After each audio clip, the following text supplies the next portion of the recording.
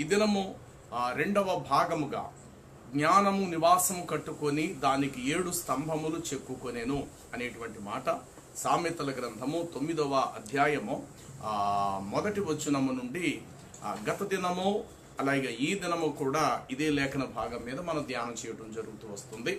నిన్నటి దినాన చాలా విషయాలు మనం తెలుసుకున్నాం. ఈ 9వ అధ్యాయములో మొదటి వచనం మొదలుకొని 12వ వచనం వరకు ఈ పైన చెప్పబడిన సంగతులన్నీ క్రీస్తునాథునికి సంఘానికి సంబంధించిన విషయాలు.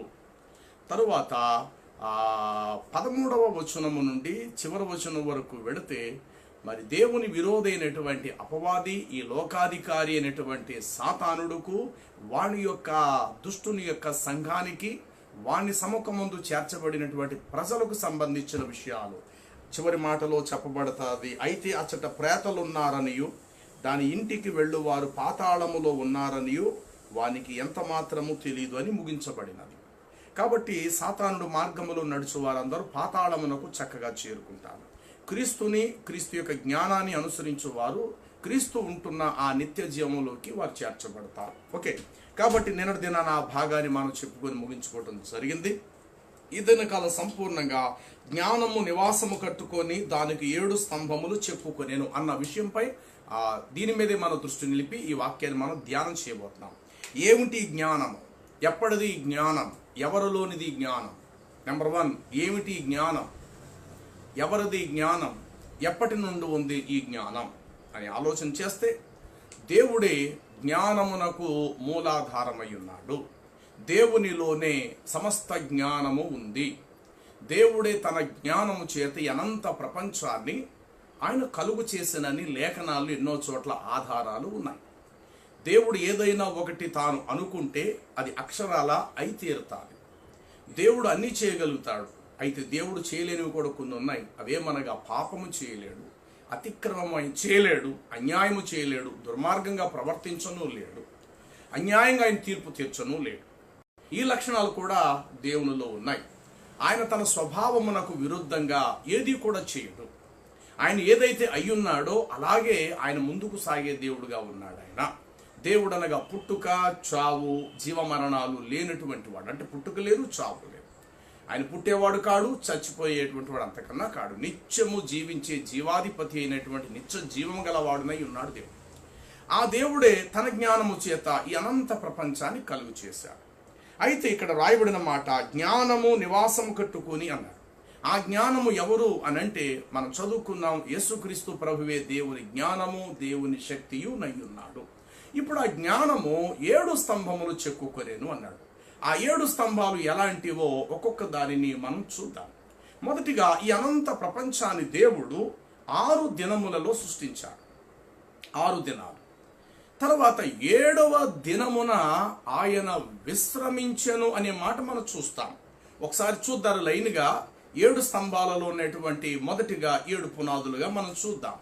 ఆదికాండము 1వ అధ్యాయము, దయచేసి ఆదికాండం 1వ అధ్యాయం 5వ వచనం చూద్దాం. 1వ అధ్యాయం, ఆ అధ్యాయాన్ని అలాగే తెరిచుంచుదాం. అందులోనే మనకు కనబడుతాయి 7 స్తంభాలు. 1వ అధ్యాయము 5వ వచనము ఇలా వ్రాయబడినది. దేవుడు వెలుగునకు పగలనియు చీకటికి రాత్రనియు పేరు పెట్టెను. అస్తమయం ఉదయము కలుగగా ఒక దినము ఆయను. తర్వాత 8వ వచనము దేవుడు ఆ విశాలమునకు ఆకాశం అని పేరు పెట్టెను. అస్తమయం ఉదయము కలగా 2వ దినము ఆయను. తర్వాత 13వ వచనం చదువుదాము. అస్తమయమును ఉదయమును కాగా 3వ దినము ఆయను. 19వ వచనం చదువుదాము. అస్తమయమును ఉదయము కాగా 4వ దినము ఆయను. తర్వాత 23వ వచనం చదువుదాము. అస్తమయము ఉదయము కలుగగా 5వ దినము ఆయను. తర్వాత 23వ వచనం చదువుకుందాం. 31వ వచనం చదువుదాము. దేవుడు తాను చేసినది యావత్తును చూచినప్పుడు అది మంచిదగునట్లుగా ఉండెను. అస్తమయం ఉదయము కాగా 6వ దినము ఆయన. 2వ అధ్యాయం 3వ వచనం చదువుదాము. కాబట్టి దేవుడు ఆ 7వ దినమును ఆశీర్వదించి పరిశుద్ధపరచెను. ఎలయనగా దానిని దేవుడు దేవుడు తాను చేసినట్టు సృజించినట్టు తన పని అంతటిని అంతటిని ముగించి విశ్రమించాను. చూడండి, ఇక్కడ మనకు 7 దినములు కనబడుతున్నాయి. మొదటిగా సృష్టి ప్రారంభం, తర్వాత సృష్టిలో ఉన్నవి ఒక్కొక్కటి ప్రారంభం. ఇందులో 6వ దినము వచ్చేసరికి మానవుడను దేవుడు సృష్టించినట్లుగా మనం చూస్తూ ఉంటున్నాము. 6వ దినం. 7వ దినమున ప్రభు విశ్రమించాను. ఈ విధముగా ఈ అనంత విశ్వాన్ని కలుగు చేసింది ఎవరు అనంటే సాక్షాత్తు దేవుని జ్ఞానమే. ఈ దేవుని జ్ఞానమే 7 స్తంభములుగా చెక్కినట్లు మనం చూస్తున్నాం. అందులో ఒక్కొక్క స్తంభముగా చూస్తే 7వ స్తంభము ఆయన సంపూర్ణంగా విశ్రమించాను అనేటువంటిది ఇక్కడ మనం చూస్తున్నాం. బైబిల్లో చాలా సందర్భాల్లో మనం వెతికితే 7 అనేటువంటి సంఖ్యకు చాలా చాలా చాలా చాలా ప్రాముఖ్యత మనకు కనబడుతుంది. 7 అనేటువంటి శబ్దం, లేక 7 అనేటువంటి పలుకు, లేక 7 అనేటువంటి మాటకు బైబిల్ గ్రంథములో చాలా సందర్భాల్లో మనం చూస్తాం. చూడండి, ప్రకటన గ్రంథం 1వ అధ్యాయం 4వ వచనాన్ని ఒకసారి మనం చూస్తే అక్కడ ఇలా వ్రాయబడి ఉంటుంది. ప్రకటన గ్రంథము 1వ అధ్యాయము 4వ వచనము. మరియు ఆసియాలో ఉన్న 7 సంఘములకు శుభమని చెప్పి వ్రాయనది. ఆసియాలో ఉన్న 7 సంఘములకు శుభమని చెప్పి వ్రాయనది. తరువాత 10-11 వచనం చదువుదాము. ప్రభు దినమున ఆత్మవశుడనై ఉండగా ఆ బోరద్దనటు గొప్ప స్వరము, ఇదిగో నీవు చూచుచున్నవి పుస్తకములు వ్రాసి ఎఫెసీ, స్మరణ, పెర్గయా, తుతైరా, సార్దీసు, ఫిలదెల్ఫియా, లవోదికియా అను 7 సంఘములకు పంపుమని నాకు చెప్పుట నేను వింటిని. గమనించారు కదా. తర్వాత ఇదే అధ్యాయంలో మనం కాస్త ముందుకు వెళితే ప్రకటన గ్రంథంలో కూడా ఇంకా చాలా సందర్భాల్లో 7 ఆత్మలు, 7 దీపస్తంభాలు, 7 దూతలు, 7 బోరలు, 7 బోరధ్వనులు, ఇలాగా బైబిల్ గ్రంథంలో చాలా సందర్భాలు 7 అనేటువంటి సందర్భాలు చాలా సందర్భాల్లో మనం చూస్తాం. అయితే మనం చదువుకున్న ముఖ్య అంశం అది దాటి మాత్రం మనం ముందుకు వెళ్ళొద్దు. జ్ఞానము నివాసము కట్టుకొని దానికి 7 స్తంభాలు చెక్కుకొనెను. స్తంభము అనే మాటకు అర్థం ఏమిటంటే స్తంభం మీద ఏదైనా మనం కట్టగలుగుతాం. స్తంభం అనేటువంటిది మొట్టమొదటిగా అది లోతుగా తీయబడేది. స్తంభము కొంచెం కనబడచ్చు, కొంత కనబడదు. అనగా ఒక ఇంటిని మనం కట్టేటప్పుడు స్తంభం అనేది భూమి కింద నుండి పై వరకు లేస్తారు. అయితే సగం వరకు స్తంభం మనం చూడగలుగుతాము, సగం స్తంభం మాత్రం మనకు కనబడదు. ఎందుకంటే అది మట్టి లోపలకు, భూమి లోపలకు ఇంకిపోయి ఉంటారు. దాని బలము అచ్చట నుండి ప్రారంభించబడి పైన కట్టబడేటువంటి గృహము లేక నివాసమునకు ఈ స్తంభం అనేటువంటిది చాలా స్థిరమైనటువంటిది. తిమోతికి అపోస్తుడైన పౌలు రాసిన తన పత్రికలో మనం చూస్తే మొదటి పత్రిక 3వ అధ్యాయం 15వ వచనములో ఇలా వ్రాయబడి ఉంటుంది. మొదటి పత్రిక 3వ అధ్యాయము 15వ వచనము చూడండి. అయినను చూడండి, అక్కడ రాయబడి మాట ఏంటంటే జీవము గల దేవుని సంఘములో జనులు ఎలా ప్రవర్తించవలను అది నేను నీకు తెలియజేయుచున్నాను అని అంటూ అక్కడ అంటాడు. ఆ సంఘము ఆ సత్యమునకు స్తంభమును ఆధారమునై ఉన్నది. అంటే దేవుడు తన స్వరక్తం ఇచ్చి సంపాదించుకునేటువంటి సంఘం అనంటూ అక్కడ ఆ సంఘము ఎలా ఉన్నదంటే సత్యమునకు స్తంభమును ఆధారమునై ఉన్నది అనేటువంటి మాట ఇక్కడ మనం చూస్తున్నాం. అంటే ఈ సంఘము దేని మీద కట్టబడిందంటే మూలరాయి. అపోస్తులే స్తంభాలుగా, పిల్లర్స్గా వారు ఉండగా సంఘము కట్టబడెను. సంఘమునకు మూలరాయి క్రీస్తయ్యాడు. రెండవది సంఘమునకు శిరస్సు కూడా చివరికి క్రీస్తయ్యాడు. విశ్వాసులైనటువంటి మనము లేక ప్రజలైన వారు సంఘమునకు కేవలం అవయవములు లేక శారీరమునై మనం అందరం ఉన్నాము. సంఘమునకు క్రీస్తే మూలరాయి లేక ఆయనే పునాది లేక ఆయనే ఒక బలమైన స్తంభం గలవాడు. ఆయన మీదే సమస్తము ఆధారపడి ఉన్నది. అయితే ఇక్కడ ఆ సంఘము సత్యమునకు స్తంభమునకు ఆధారమునై ఉన్నది అని మనం చూస్తున్నాం. అయితే 7 స్తంభాలు కూడా ఇక్కడ వాస్తవం మనం చెప్పాలి అని అంటే 7 స్తంభాలు యేసుక్రీస్తు వారికి సాదృశ్యం. అందులో ఎంత మాత్రము సందేహము లేదు. 7 స్తంభాలు మొదట మనం చదువుకున్నాం. 7 దినములలో దేవుడు సమస్తమును 6 దినాలు అన్ని చేసి 7వ దినాన దేవుడు విశ్రమించెను. చాలు. ఈ సృష్టిని కలుగు చేసిందల్లా ఎవరంటే దేవుని జ్ఞానమే. ఆ జ్ఞానం ఎవరంటే సాక్షాత్తు యేసునాథుడే. ఆ యేసునాథుడే ఆకాశము, భూమి, సముద్రము, ఆఖరికి మానవులను సమస్తము సృష్టించింది ఎవరంటే ఆ దేవుని యొక్క జ్ఞానమే. అలాగా దేవుని హస్తము, దేవుని బాహువే ఆదాము అనేటువంటి మానవ మాతృడు దేవుడు తన స్వహస్తాలతో అంటాడు. అనగా దేవుని యొక్క బాహువే చివరికి యేసుక్రీస్తు ప్రభు కూడా అయ్యున్నారు. యెషయా 53లో మనం చదివితే యెహోవా బాహు ఎవరికి బయలుపరచబడును అంటాడు. 59 మొదట్లో చదివితే యెషయా గ్రంథం రక్షింపనేరకుండునట్లు యెహోవా హస్తము కురచ కాదు అని చెప్పేసేసి వ్రాయబడిందని. కాబట్టి దేవుడు తన హస్తం లేక తన బాహువుతో ఆదామును చేశాను అని అనగా ఆ బాహు అన్న క్రీస్తే, జ్ఞానం అన్న క్రీస్తే, మహిమ అన్న క్రీస్తే, దేవుని పరిశుద్ధత అన్నా కూడా క్రీస్తే వస్తారు. యేసుక్రీస్తే దేవుని శక్తియు, దేవుని జ్ఞానము, దేవుని బలము, దేవుని సత్యము, దేవుని నీతి అయి ఉన్నారు. కాబట్టి ఇప్పుడు ఈ జ్ఞానము 7 స్తంభాలు చెక్కుకొనెను. స్తంభం అనగా స్థిరమైనది. ఈ 7 స్తంభాలు ప్రపంచములో మరి ఇతరులు ఎవరికి కూడా అవి అందనివి, లేక ఎవరు కూడా ఆ స్తంభం యొక్క స్థానంలోకి మరి ఎవరు కూడా రాలేనివి. ఈ 7 స్తంభాల్లో ఒక్కొక్క స్తంభాన్ని వివరిద్దాం. మొదటిగా మనం 7 దినాలు చూసాం. అంటే మీకు అర్థమవటానికి 7 అనేటువంటి సంఖ్యకు వివరణ మీకు ఇస్తున్నాను. 7 అనగా ఈ 6 దినాలు దేవుడు సృష్టించి 7వ దినాన్ని విశ్రమించాను. తర్వాత 7 సంఘాలు, 7 దీపస్తంభాలు, 7 దేవదూతలు, 7 బూరలు, 7 ఆత్మలు. ఇలాగ బైబిల్ గ్రంథములో 7 అనేటువంటి సంఖ్యకు చాలా ప్రాముఖ్యత ఉన్నదని చెప్పేసి నేను తెలియపరుస్తున్నాను. అయితే ఇప్పుడు 7 స్తంభాలలో ఒక్కొక్క స్తంభం కోసం మనం ఆలోచన చేద్దాం. నెంబర్ 1, ఈ 7 స్తంభాలు సాక్షాత్తు యేసునాథునికి సంబంధించినవి. ఈ 7 స్తంభాలలో ఏ ఒక్క స్తంభము ఇతరులకు సంబంధించింది ఒక్కటి కూడా కానే కాదు. సాక్షాత్తు 7 స్తంభాలు యేసుక్రీస్తు ప్రభువారే అయ్యున్నారు. స్తంభం అనగా ఒక స్థిరమైనది, చెక్కు చెదరినది అని మొదట మనం గుర్తిద్దాం. ఒక్కొక్క స్తంభాని కోసం మనం ఆలోచన చేస్తే ఈ యేసుక్రీస్తు అనబడిన ఆయనకున్న స్తంభములు వంటి స్తంభాలు ప్రపంచంలో మరి ఎవరికి లేవని మొదట మనం నమ్మాలి. ఆ విధమైన స్తంభము ఆయనకే ఉన్నవి తప్ప ఆయనకున్నటువంటి స్తంభం వంటి ఒక్క స్తంభమైనా ఏ ప్రవక్తలకు కానీ ఏ ప్రజలకు కానీ ఆయనకున్న ఆ 7 స్తంభాలు కనీసం ఒక్క స్తంభం కూడా ఎవరికి లేదు అనేది మనం నమ్మాలి. మొట్టమొదటిగా మొదటి స్తంభం కోసం మనం ఆలోచించాలి. యేసుక్రీస్తు 7 స్తంభాలలో మొదటి స్తంభం ఆయన పుట్టుక.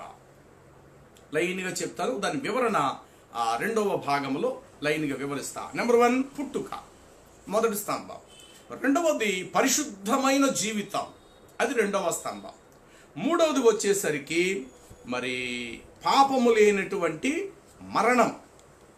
పాపము లేనటువంటి మరణము, అందరూ పాపం చేసే మరణించారు. పాపము లేనటువంటి మరణం, అలా పాపము లేనటువంటి మొదటిదిగా పుట్టుక, 2వది పరిశుద్ధమైనటువంటి జీవితం, 3వది అద్భుతాలు, 4 పాపము లేని మరణం, 5 పునరుద్ధానం, 6 ఆరోహణము, 7 రెండవ రాకడ. మరొకసారి చెప్తా వినండి.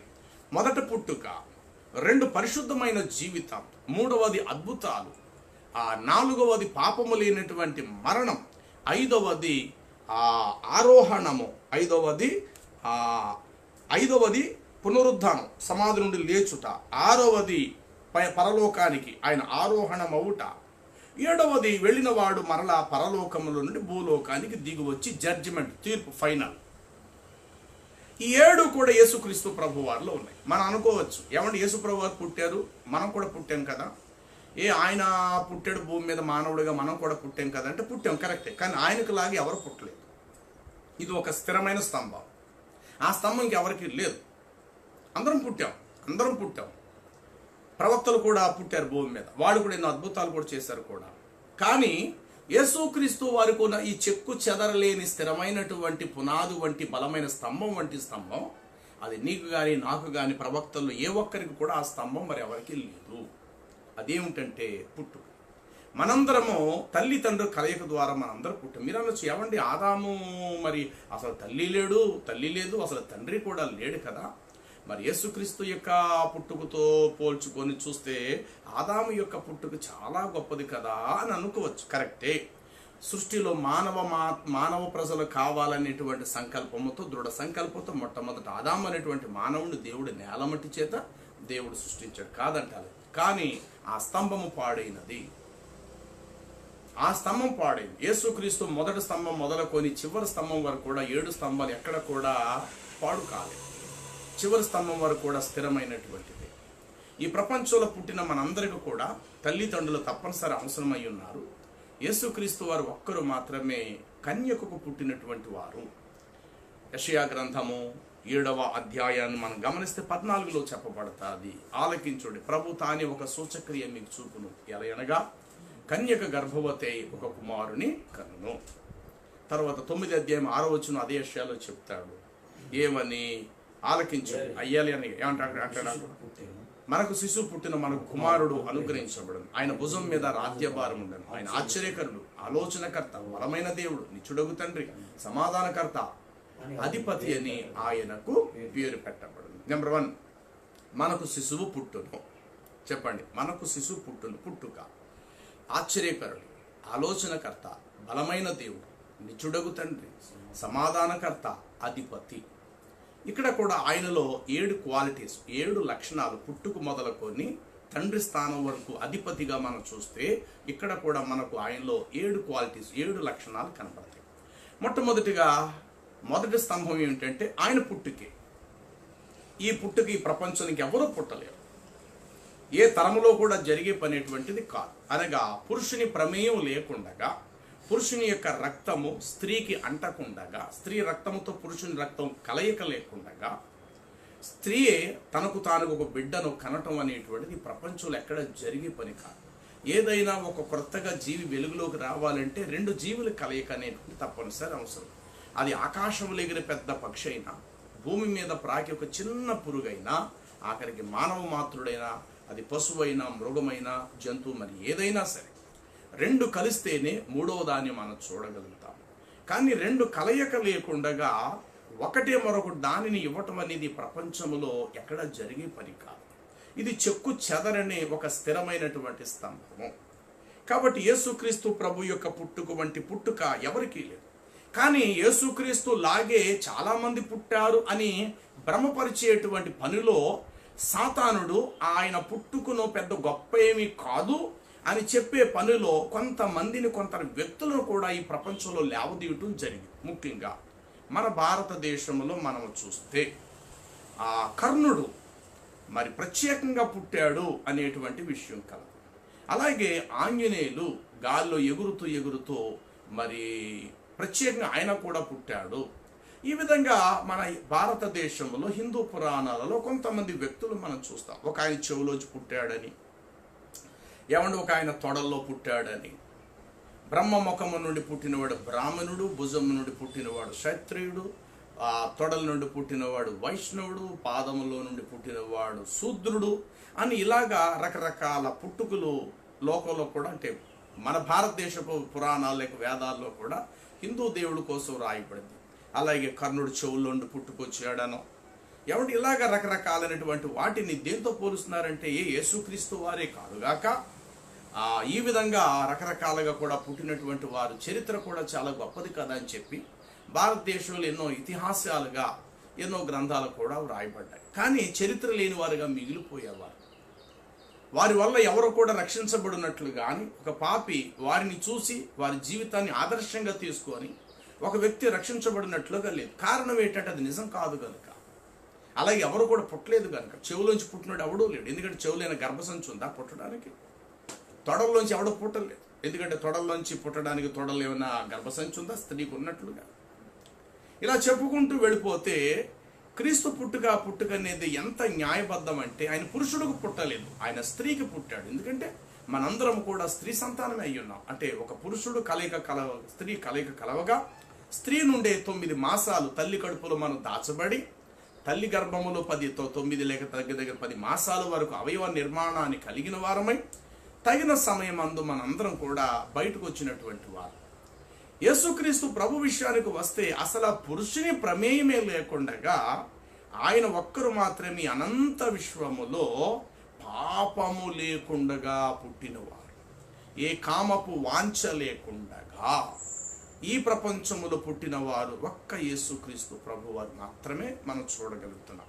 కాబట్టి ఇది చెక్కు చెదరని స్థిరమైన ఒక బలమైనటువంటి స్తంభము. లోకంలో చాలామంది పుట్టారు, పుట్టకే చాలామంది పుట్టారు, ఓకే, మనందరూ పుట్టినవారు. కానీ పుట్టినటువంటి వారందరిలో కూడా యేసుక్రీస్తు ప్రభు వారిలో ఉండే అంతటి పవిత్రమైనటువంటి జీవితం ఆఖరికి బైబిల్ గ్రంథములో ప్రవక్తలలో కూడా అంతగా మనం చూడలేము. అతడు ఆదామే కావచ్చుగాక, అబ్రహామే కావచ్చుగాక, ముస్లిములు విశ్వసించే అహ్మదు లేక మొహమ్మదు ప్రవక్తే కావచ్చుగాక, ఏ ప్రవక్తలలో కూడా యేసుక్రీస్తు ప్రభు వారి వంటి పరిశుద్ధమైనటువంటి జీవిత విధానము ఎవ్వరిలో కూడా మనం చూడలేము. ఆయనలో ఉన్నంత దయ, ఆయనలో ఉన్న క్షమ, ఆయనలో ఉన్న అపారమైనటువంటి ప్రేమ ఎవరిలో కూడా చూడలేం. ప్రతి ప్రవక్తలో వెతికిన వారు గొప్పవారైతే ఉండొచ్చు, చాలా అద్భుతాలు దేవుడు వాళ్ళ చేత జరిగించి ఉండొచ్చు. కానీ వ్యక్తిగతంగా వారి హృదయాల్లో తొంగి చూస్తే ప్రతి వ్యక్తులు ఏదో ఒక లోపం, ఏదో ఒక తొందరపాటు, ఏదో ఒక ఆవేశము, ఏదో ఒక అవిధేయత, ఏదో ఒక మోసకరమైనటువంటి చిన్న లోపం అన్న ప్రతి వ్యక్తిలో, ప్రతి ప్రవక్తల్లో కనబడతాయి. కానీ ఈ భూమి మీద మానవ మాతృలుగా పుట్టినటువంటి వారిలో పవిత్రమైన జీవితం జీవిస్తూ ఏ పాపం చేయకుండగా, ఆ పవిత్రమైన జీవితం జీవిస్తూ మళ్ళీ అపారమైన ప్రేమ, అపారమైన దయ, అపారమైన క్షమాపణ కలుగుంటూ 33.5 సంవత్సరాలు జీవించినటువంటి వారు యేసుక్రీస్తు ఒక్కరే. ఆయన జీవించినటువంటి జీవితం వంటి జీవితం ఈ ప్రపంచంలో మరి ఎవ్వరూ జీవించలేదు. ఇది రెండవ స్తంభముగా మనం పోల్చుకోవచ్చు. అలాంటి స్తంభం ఇంకెవరికి లేదు. ఆ జ్ఞానమే నివాసం కట్టుకొని దానికి 7 స్తంభాలు చెక్కుకున్నది.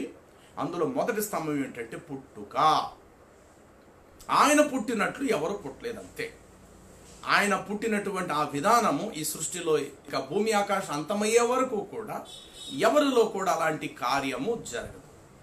ఒకవేళ పురుషుడు కలవకపోవచ్చు, కానీ పురుషుని యొక్క వీర్య కణము చేత పుట్టించేవాడు మనం చూస్తున్నాం. ఈరోజు వైద్య శాస్త్రం చాలా జ్ఞానం బాగా పెరిగింది. ఒకవేళ పురుషుడు స్త్రీతో కలవకపోయినప్పటికీ పురుషుని యొక్క వీర్య కణం టెస్ట్ బేబీ అంటారు. తద్వారా బిడ్డలను పుట్టించే పరిస్థితి. పురుషుడు స్త్రీ దూరంగా ఉన్నప్పటికీ బిడ్డలను కనిపించటం లేక బిడ్డలను కనేలా చేయటం అనేటువంటిది వైద్య శాస్త్రానికి ఎప్పుడూ అందేసింది. కానీ ఇక్కడ యేసు ప్రభు వారి విషయానికి వస్తే అసలు పురుషుని యొక్క రక్త కణమే లేకుండా ఒక స్త్రీ కణము చేతనే, ఒక మాట చెప్పాలంటే అసలు స్త్రీ పురుషుని ప్రమేయము లేకుండా యేసునాథుడు ఈ లోకంలో జన్మించాడు. ఇది అద్భుతము. ఈ ప్రపంచంలో ఇంకెవరికీ జరగదు. అది యేసు ఒక్కరికే జరిగింది. అది ఒక స్థిరమైన స్తంభం. రెండవది, పుట్టిన తర్వాత ఆయన పాపిగా మారిపోలేదు. పుట్టుక గొప్ప అయితే అయి ఉండొచ్చు, కానీ ఆయన జీవితం అంత మంచిది కాదయ్యా అని అనుకోవటానికి వీల్లేదు. ఇక్కడ ఆయన పుట్టుక ఎంత అద్భుతమో, ఎంత గొప్ప, అంతటి తగ్గ ఆయన నడవడిక, జీవితము, విధానము కూడా ప్రపంచానికే ఆదర్శము. ఎవరైనా యేసుక్రీస్తు ప్రభుని ఆదర్శంగా తీసుకోవాలి. పరిశుద్ధతలో కానీ, చేసేటువంటి పనులలో కానీ, క్షమించే క్షమాపణలో కానీ, చూపే దయలో కానీ యేసుక్రీస్తు ఒక్కరే ప్రపంచానికి ఆదర్శం. అలాంటి స్తంభం ప్రపంచానికి ఎవరికి లేదు. అదే చెక్కు చెదరని స్థిరమైనటువంటి సంఘం. అది రెండవ స్తంభము. కాబట్టి ఈ రెండవ స్తంభాన్ని మనం చూస్తే పరిశుద్ధమైన జీవితం. చూడండి, యోహాను సువార్త 8వ అధ్యాయములో యేసు ప్రభు వారు 46వ వచనములో ఇలా చెప్పారు. యోహాను సువార్త 8వ అధ్యాయము 46వ వచనము. త్వరగా చదువుదాం. 8:46. నాలో పాపముండెనని మీలో ఎవడు స్థాపించును అన్న మాట అక్కడ మనం చూస్తాము. 8వ అధ్యాయము 46వ వచనము. నా యందు పాపమున్నదని మీలో ఎవడు స్థాపించును. చూసారండి, ఈ ప్రపంచం చాలా మంది పుట్టారు, ఓకే, మంచిదే కాక, కానీ జీవిత నడవడికి విధానములో అందరూ పాపులుగానే జీవిత యాత్ర ముగించి మరణించారు. పాపము లేకుండా చివరి గడియ వరకు జీవించిన వారిలో ఈ ఒక్క ప్రపంచంలో యేసు ఒక్కరే. ఇది చెక్కు చెదరని స్థిరమైన స్తంభము. ఎవరికైనా ఉన్నదండి? కడ వరకు కూడా పాపము లేకుండా. నిన్న మంచోడైతే అయి ఉండొచ్చు, ఈరోజు చెడ్డోడైపోవచ్చు. లేక మొన్న మంచోడైతే ఉండొచ్చు గాక, ఈనాడు మంచోడు కాకపోవచ్చు. గత సంవత్సరం మంచోడైతే అయి ఉండొచ్చు గాక, ఈ సంవత్సరం చెడ్డోడైపోయి ఉండొచ్చు గాక. గత సంవత్సరము మంచోడై ఉండ ఈరోజు నరహంతకుడై ఉండొచ్చు, ఒక వ్యభిచారి ఉండదు, ఒక తాగుబోతు అయి ఉండొచ్చు గాక. కానీ చిన్న అబద్ధమైన వారిలో ఉండదు. కనీసం కంటితోనైనా అపవిత్రమైనటువంటివి చూసేవాడిగా ఉండదు. కనీసం మనస్సులోనైనా లేక ఉద్దేశాలలోనైనా అపవిత్రమైన తలంపు, అపవిత్రమైన ఆలోచన ఉంటే ఉండొచ్చుగాక. ఎవ్వరు కూడా యేసు అంతటి పరిపూర్ణులు కారు, యేసు అంతటి పరిశుద్ధులు కారు. ఏ ప్రవక్త కూడా, ఆఖరికి అతడు ఆదామైనా అబ్రహామైన, చివరికి మోషైనా, చివరికి దావీదైనా సరే యేసుతో పాటు ఆ స్తంభముతో ఎవరు సరిసాటి కారు. కాబట్టి యేసుప్రభువు చెప్తున్న మాట, నా యందు పాపం ఉందని మీలో ఎవరు స్థాపించును అని ప్రభువు చెప్పారు. అంటే ఆయన జీవితం పరిశుద్ధమైనటువంటి జీవితం. ఇది చెక్కు చెదరని మరొక స్థిరమైనటువంటి స్తంభం. మూడో విషయం నేను తెలియపరుస్తున్నాను. అద్భుతము. చాలా మంది అద్భుతాలు చేశారు, కాదంటారు. ఎందరూ ఎన్ని అద్భుతాలు చేశారో అలాగూ చేసిన వారు అందరి అద్భుతాలు ఒక్క యేసులో జరిగాయి. తెలుసా? ప్రవక్తలు చాలా మంది కొన్ని అద్భుతాలు చేశారు, లేదని చెప్పట్లేదు. కొందరు చేశారు. దేవుని ఆజ్ఞ చెప్పున, దేవుని సంకల్పం ప్రకటన, దేవుని యొక్క సహాయం పొందుకొని కొందరు ప్రవక్తలు కొన్ని అద్భుతాలు చేశారు. ఏలియా చనిపోయినటువంటి సారెపోతు వెధవరాలు బిడ్డను బ్రతికించాడు. ఎలీషా షునేమిరాలు యొక్క కుమారుడును కూడా బ్రతికించాడు. ఇలాగ అద్భుతాలు కొంతమంది చేశారు. అలాగ ఎంతమంది ప్రవక్తలు ఎన్నెన్ని అద్భుతాలు చేసినారో అలా చేసిన వారందరి అద్భుతాలు ఒక్క యేసులో జరిగాయి. మోషే నీళ్లను, నైలు నదిని ఎర్రని రక్తంగా మార్చేశాడు. యేసు ప్రభు వారు కానానబడినటువంటి ఊరిలో ఒట్టి నీళ్లను ఎర్రని రంగు గల రక్తం వలె ద్రాక్ష రసాన్ని ఆయన మార్చేశాడు. ఇశ్రాయేలీలు మోషే సముద్రములో ఆరిన నేల మీద నడిచారు. యేసు వారు సముద్రము మీద ఆయన నడిచారు. చూస్తారా ప్రియులారా? మోషే ఆకాశము నుండి ప్రార్థించి దేవుని ద్వారా పైనుండి మన్నాను కురిపించాడు. దేవుడు ఇస్తానన్నాడు మన్నా. యేసుక్రీస్తు వారు స్వయంగా తన శరీరాన్ని ఆహారంగా పంచిపెట్టారు ఆయన. ఇలా చెప్పుకుంటూ వెళితే అంతకు పూర్వం ప్రవక్తలందరూ ఎన్ని అద్భుతాలు అయితే చేశారో అద్భుతాలన్నీ కలిపి ఒక్క యేసుక్రీస్తులో మనం చూడగలుగుతాం. అందుకే యోబు గ్రంథం 5వ అధ్యాయము 9వ వచనాన్ని మనం చూస్తే అక్కడ వాక్యములో ఇలా వ్రాయబడి ఉంటుంది. యోబు గ్రంథము 5వ అధ్యాయము 9వ వచనం, ఆయన పరిశోధింపజాలని మహాకార్యములను లెక్కలేనన్ని అద్భుత క్రియలను ఆయన ఒక్కడే చేయువాడు. ఆయన ఒక్కడే, ఇంకెవరూ లేదు, ఎవరికి అవకాశం లేదు. అందరికీ పంచిచ్చారు, ఒక్కొక్కటి. కానీ అందరూ ఎన్ని చేశారో వారందరి కంటే కూడా మించిపోయి ఒక్క యేసులోనే అన్ని అద్భుతాలు ఉన్నాయి. ప్రియులారా, ఆయన ఒట్టి మట్టిని తన ఉమ్మును తడిచేసి గుడ్డివారి నేత్రాల మీద పెడితే గుడ్డివాడికి చూపు వచ్చేసింది. కుష్ఠరోగిని ఆయన ముట్టుకోవడంతో ఆయనలో జీవం వెళ్ళి ఆ కుష్ఠరోగులు శుద్ధులైపోయారు. ఆయన ఒక్కడే, ఇక్కడ యోబు గ్రంథంలో మనం చూస్తున్నాము, ఆయన ఒక్కడే పరిశోధనకు కూడా అందజాలనివి. ఏమంటే ఈనాడు లెపర్సీ లేక కుష్ఠరోగం అనేది ఉంది. వ్రేళ్ళు ఇలా తినేసి ఉంటాయి. ఒకవేళ వ్రేళ్ళు సగం తినేసిన తర్వాత ఎవరో మంచి డాక్టర్ గారు ఉన్నారు, వైద్యం చేయించడానికి పలానా చోటు తీసుకెళ్తే ఈయన బాగుంటాడు అని అంటే ఒకవేళ తీసుకెళ్ళచ్చు. అలా తీసుకెళ్ళిన తర్వాత ఆ డాక్టర్ లేక ఆ వైద్యుడు అతనికి వైద్యం చేస్తే అంతవరకు తినివేయబడిన ఆ వ్రేళ్ళు ఇక ముందుకు తినివేయబడకుండా అంతటితో ఆగిపోయేలాగా ఆ వ్రేళ్ళు చిన్నగా కురసైపోయి ఉంటాయి. కానీ రోగం పూర్తిగా తొలగిపోయి ఉంటారు.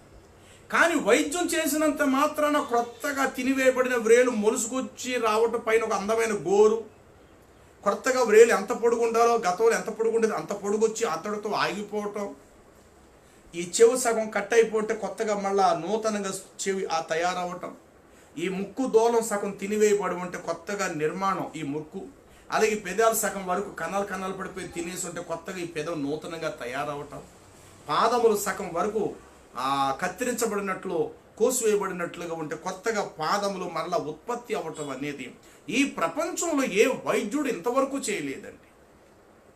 చేశారు. ఆ లెపర్సీ అనే జబ్బు ఇక ముందుకు ప్రాకకుండగా ఇక ముందుకు శరీరము తినివేయకుండగా అంతటితో దానిని కట్టడ చేసేటట్లుగా దానిని ఆపగలిగే వైద్యులు మాత్రమే ఉన్నారు తప్పగా, అతను శరీరములో ఏ భాగాలైతే పోయినవో, ఏ భాగాలైతే తెగపడి కింద పడినట్లుగా పోయాయో మరలా వాటిని కొత్తగా ఉత్పత్తి చేయటం అనేటువంటిది ఎవరి జీవితంలో జరగల. యేసు ప్రభు వారు అప్పగించబడేటువంటి రాత్రి పేతురని ఆయన ప్రథమ శిష్యుడు మల్కి అనబడినటువంటి ఒక రాణువారు సైనికుల్లో ఒక మనుషుడి యొక్క చెవును తెగ నరికేశాడు. ఆ చెవు అది కోయబడి లేక కత్తిరించబడి కింద పడిపోయింది, నరికివేయబడగా మట్టిలో పడిపోయింది. అది అంతటా సైనికుడు రక్తం కారిపోతున్న ఆ యొక్క భాగాన్ని, ఆ చెంపను పట్టుకుని అలా ఉండిపోతే ఆ కింద పడిపోయినటువంటి ఆ చెవు ముక్కను యేసు ప్రభు వారు అలా తీసి ఉన్న చోటిని మరలా దాన్ని అలాగా పెట్టడంతో అంతకుముందు ఈ చెవు ఎలాగుందో ఆ చెవు మాదిరిగా నీ చెవు మునుపటి వలె తయారైపోయింది.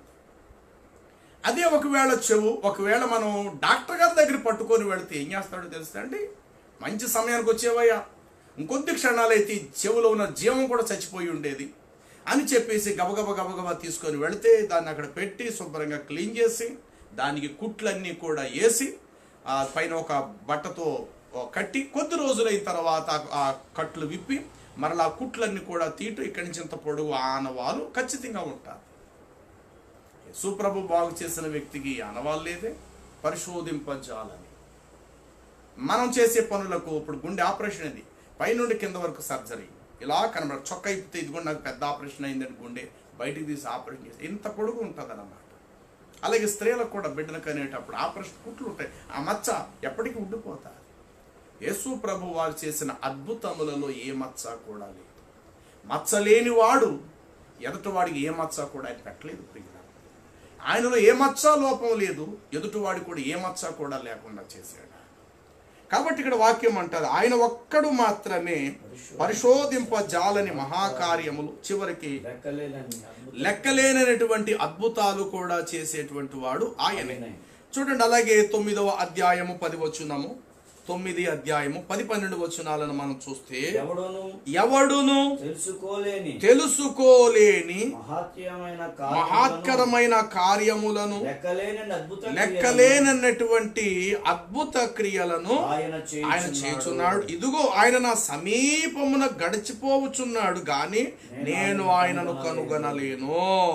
నా చేరున పోవచున్నాడే కానీ ఆయన నాకు కనపడటలేదు.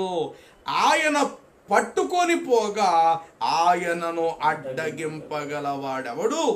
ఆయన చెరగా పట్టుకొని పోయెను. మృతుల లోకానికి వెళ్ళి మృతులైనటువంటి వారందరినీ, మరణలోకములో ఉన్న వారందరినీ ఆయన చెరగా పట్టుకొని పోయి, అలాగ పట్టుకొని పోతున్నప్పుడు మరణం ఆయన మీద అధికారం చెలాయించలేదే. తీసుకెళ్ళక వీళ్ళ పాతాళంలోనే ఉంచే, వీళ్ళ నా వాళ్ళని చెప్పేసి మరణము యొక్క బలము గలవాడు అనగా అపవాది, మరణము చేత దాస్యమునకు లోబడిన వారిని విడిపించుటకు ఆయన కూడా రక్త మాంసంలో పాలువాడైనని చెప్పి వ్రాయబడినది. ఆయన పట్టుకొని పోగా ఆయనను అడ్డగింపగలవాడు ఎవడు? నీవేమి చేయుచున్నావని ఆయనను అడగగలవాడు ఎవడు? ఆయన ఒక్కడే పరిశోధింపజాలని ఇది ఒక స్థిరమైన స్థలం. ఇలాగ ఈయన చేసిన దానిలో కొంత చేశారు ప్రవక్తలు, కాదంటలా. ఈయన 100 చేస్తే 1 2 చేసిన వాళ్ళు చాలా మంది ప్రవక్తలు ఉన్నారు. కానీ ఈయనకు మళ్ళీ 100కు 100% సంపూర్ణంగా చేసిన ఏ ప్రవక్త లేడు. ప్రవక్తలందరూ కలిపి ఎన్ని చేశారో అలా వాళ్ళు చేసినవన్నీ కలిపి ఒక్క యేసునాథుడిలోనే జరిగిపోయాయి. కాబట్టి ఇది ఒక అద్భుతమైన స్తంభం. ఇలాంటి స్తంభం వేరెవరికి కూడా అది లేదుగాక. చూడండి, అందులోనే మార్కు సువార్త మనం చూస్తే 1వ అధ్యాయము 32-34 వచనాన్ని మనం గమనిస్తే, అక్కడ అనేక మంది సాయంకాలం అయినప్పుడు రోగులు అనేకులు ఆయన దగ్గరకు వచ్చి ఆయనను ముట్టుకోగా అనేక మంది బాగుపడుతూ వచ్చారట.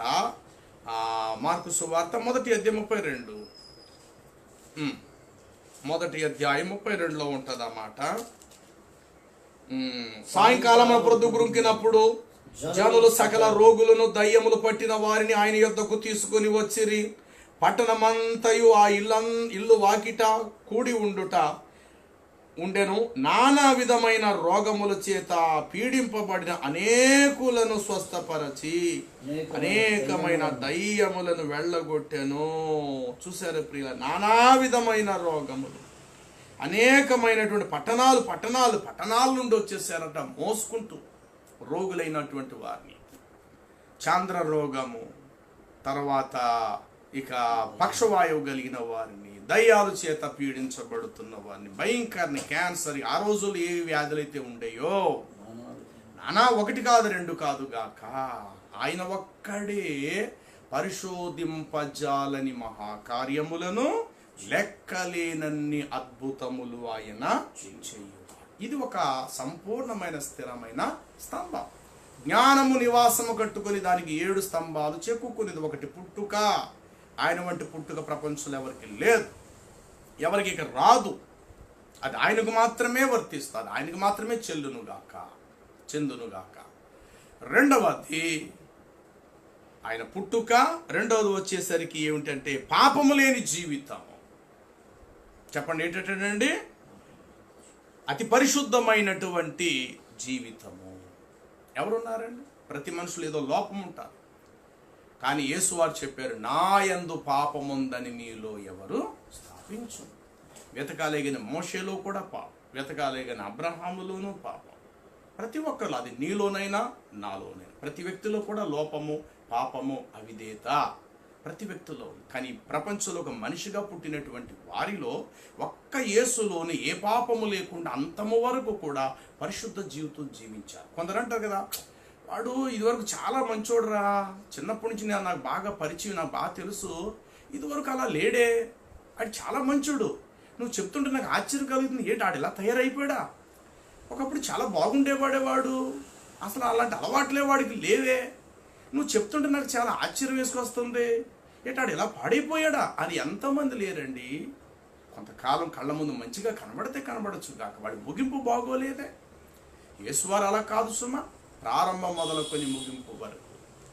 మోషేలో ఒక చిన్న అవిధేయత ఉంది, అందుకని వాగ్దాన దేశానికి దేవుడు ఆయన తీసుకెళ్ళడానికి ఇష్టపడలేదు. మోషే, నీవేళ నా యొక్క పరిశుద్ధతను సన్మానించలేదే, గణపరచలేదే నా ప్రజల ఎదుట, కాబట్టి నా గౌరవాన్ని నువ్వు అగౌరవపరిచావు, నా పరిశుద్ధతను నువ్వు మన్నన చేయలేదు, సన్మానించలా.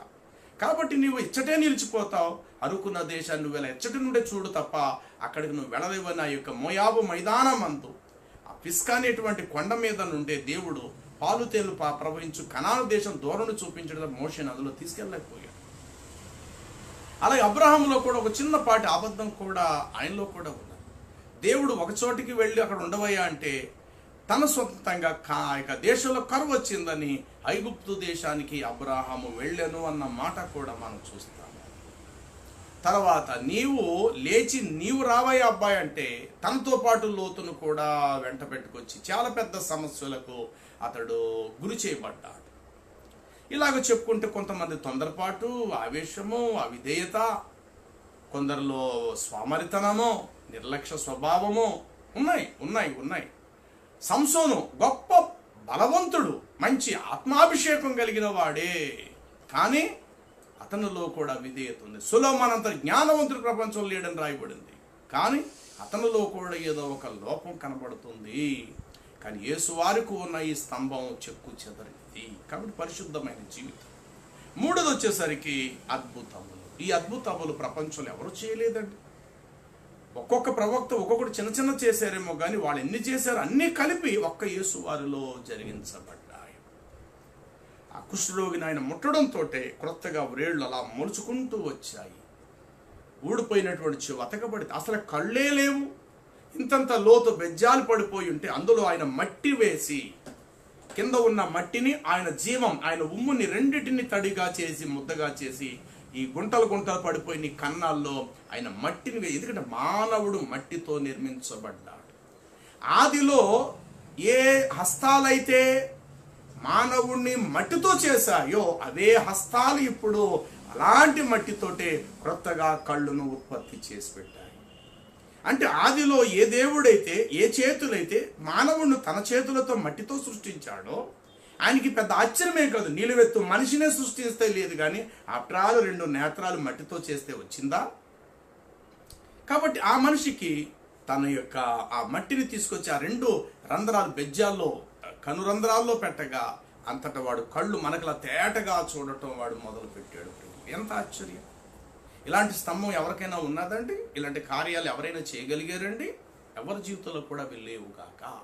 కాబట్టి అక్కడ మనం చదువుకున్నాం.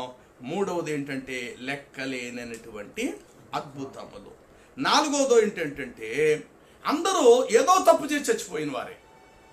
చనిపోయే సమయానికి ప్రతి మనిషిలో ఏదో లోపం, ఏదో తప్పు, ఏదో పొరపాటు, ఏదో అవిధేయత, ఏదో పాపం ప్రతి వ్యక్తికి ఉంటుంది. ఎందుకంటే పాపము వలన వచ్చేదే మరణం. కానీ ప్రపంచమంతటిలో కూడా ప్రియులారా, భూమి ఆకాశములు పుట్టినది మొదలి యేసుక్రీస్తు ప్రభువుల వారు వరకు కూడా పాపము లేకుండా మరణించిన వాడు ఈ ప్రపంచంలో యేసు ఒక్కరే. అసలు పాపమే చేయకుండా, అసలు పాపమే లేకుండా మరణించినటువంటి వారిలో యేసు ఒక్కడే మనకు కనబడతాడు. ప్రతి ఒక్కరిలోనూ పాపం, ప్రతి ఒక్కరిలో ఏదో ఒక బలహీనత, అవిధేయత అనేటువంటిది ప్రతి మనిషిలో కూడా మనం చూస్తాం. చూడండి, రోమాపత్రికలో ఈ మాటను మనము ఇలా చూడవచ్చు. 6వ అధ్యాయము 23వ వచనం. రోమాపత్రిక 6వ అధ్యాయము 23వ వచనం. ఏలయనగా పాపము వలన వచ్చు జీతము మరణము. చూసారా? అంటే అందరికి పాపం వల్లే వచ్చింది మరణం. ఆదామవ్వకు కూడా పాపం వల్లే వచ్చింది మరణం. అలాగే వారి పిల్లలమైనబడిన మనందరూ కూడా వచ్చింది పాపము వలన వచ్చు జీతం ఏమిటి అని అంటే అది మరణం. మరి యేసు వారు ఏ పాపం చేయకుండా వచ్చిన ఆ మరణం ముందు చూసారు. అలాంటి మరణం ప్రపంచంలో ఇంతవరకు ఎవరికి లేదు. యేసువారు పొందిన మరణము వంటి మరణం, పాపము లేకుండా మరణించిన ఆ మరణం ప్రపంచంలోకి ఎవరికి లేదు. అది కాబట్టి అది ఒక చెక్కు చెదరని స్థిరమైన స్తంభం ఆయన కట్టుకున్నాడు. ఆయన ఇలా చేయాలని అనుకున్నాడు, ఇలా జరుగుద్ది అనుకున్నాడు, అలా చేశారు ఆయన. అది చేయటం కొరకు ఆయన ఈ లోకానికి వచ్చాడు. 5వ అధ్యాయం అదే రోమాపత్రిక ఆ 12వ వచనాన్ని మనం చూస్తే అక్కడ వాక్యంలో ఇలా వ్రాయబడి ఇట్లుండగా ఒక మనుషుని ద్వారా పాపము ద్వారా మరణము లోకములోకి ఎలా ప్రవేశించునో అలాగునే మనుషులందరూ పాపము చేసి ఉన్నందున మరణము అందరికీ సంప్రాప్తమాయను. చూసారండి, మరణం అందరికి కూడా ఏమాయను? సంప్రాప్తమైన. ఎవరికి మరణము? ఎవరికి మరణం అనంటే పాపము చేసిన వారందరికీ మరణం. మరి యేసు వారు ఏ పాపం చేయకుండా మరణించాడే? ఇలాంటి పాపం చేయకుండా మరణించిన వారి చరిత్రలు యేసు ఒక్కడే మిగిలిపోయాడు. అది చెక్కు చెదరనే స్తంభం. ఎవరికి లేదు అవకాశం. ఇంకా అందరూ పాపం వల్ల చచ్చిపోయారు. ఆఖరి నేనైనా, నువ్వైనా, మన తల్లిదండ్రులైనా సరే ప్రతి ఒక్కరిలో పాపం ఉంది. పాపం వల్ల వచ్చే జీతం ఏంటట? మరణం.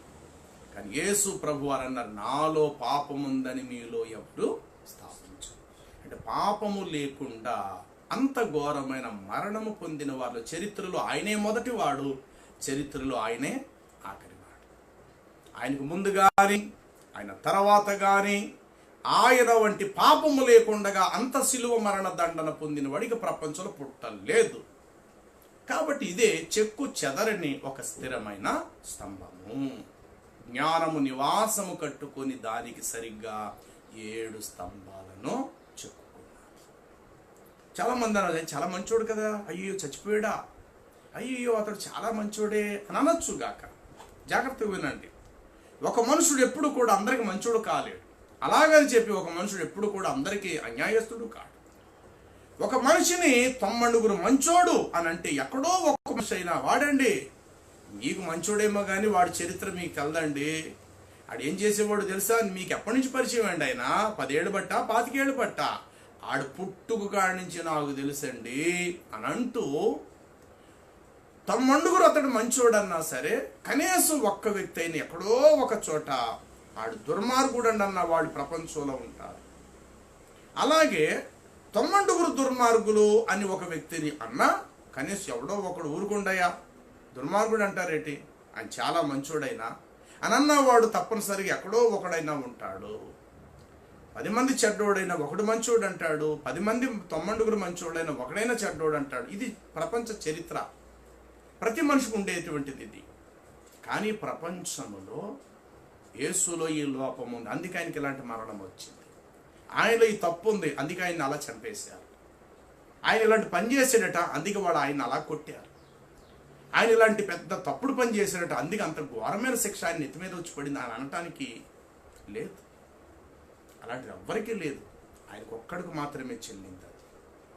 పాపము లేకుండగా మరణించడం ఎవరికన్నా ఉన్నదండి?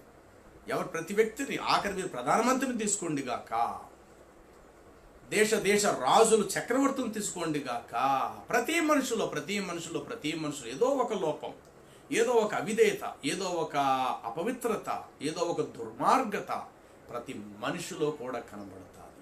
కాబట్టి చివరికి వారికి ఏంటంటే పాపం వల్ల వచ్చు జీతం మరణం. మరి యేసు ఏ పాపము చేశాడని ఆయనకు మరణం? ఏ పాపం చేశాడని అంత ఘోరమైన శిలువ దండన శిక్ష, ఆయన తల మీద ముండ్ల కిరీటము అనంటే ఇవన్నీ కూడా మానవుని విమోచించటానికే ఆయనకు లేక ఆయన మీద పడిన భారం అని చెప్పాలి. కాబట్టి నెంబర్ 1 పుట్టుక. అలాంటి పుట్టుక ప్రపంచంలో ఇంతవరకు ఎవరికి ఇక లేదు, ఇక రాదు. 2 పరిశుద్ధమైన జీవితం, ఆయన జీవించినటువంటి పరిశుద్ధ జీవితం ఈ ప్రపంచంలో ఇంకెవరు పుట్టరు, ఎవరు కూడా అలాంటి జీవితం ఎవరికీ లేదు. ఇది 2వ స్తంభం. 3వది అద్భుతములు. ఆయన చేసిన అద్భుతాలు ఈ ప్రపంచం పుట్టి ఇంకెవరు చేయరు కూడా. అంతకుముందు ప్రవక్తలు ఏదో చిన్నపాటివి చేసి ఉండొచ్చేమో, కానీ అందరూ చేసినవన్నీ ఒక్క యేసులో సంపూర్ణంగా నెరవేర్చబడ్డాయి. ఆయన అంటాడు, కుమారుడు తనకిష్టమైన వారందరినీ బ్రతికించును అని చెప్పేసి కూడా వ్రాయబడినాడు. 4వది వచ్చేసరికి ఏమిటంటే పాపము లేకుండగా ఆయన జీవించి చివరికి పాపము లేకుండగా ఆయన మరణించాడు. పోనీ కొద్ది కాలం మంచోడుగా ఉన్నాడు, కొంతకాలం చెడ్డగా మారిపోయాడు అనడానికి వీల్లేదు. ఇక్కడ లోకంలో కొంతమంది ఉంటారు, కొంతకాలం చాలా మంచోడుగా ఉండొచ్చు, ఆ తర్వాత చెడ్డోడుగా మారిపోవచ్చు. లేదా కొంతకాలం మొదట చెడ్డోడుగా ఉండొచ్చు, చివరిలో మంచోడుగా మారి చచ్చిపోవచ్చు. ఏదో మొత్తం మీద మంచి చెడు అంటూ ఉంటుంది, కానీ అసలు చెడే లేకుండా మొదటి నుండి చివరి వరకు మంచిగా ఉండి మరణించిన వాడు ఈ ప్రపంచంలో యేసు ఒక్కడే. కాబట్టి చెక్కు చెదరని స్తంభం. తర్వాత 5వ విషయం ఏంటంటే అందరూ చచ్చిపోయారు. ప్రపంచం పుట్టింది మొదలు అందరూ చచ్చిపోయిన వాళ్ళు, కానీ చనిపోయిన తర్వాత తనకు తాను ప్రాణం కూడబెట్టుకొని సజీవుడు ఇదిగో నేను లేచి ఉన్నానన్నవాడి ప్రపంచంలో ఒక్కడు లేడు ఇప్పటివరకు.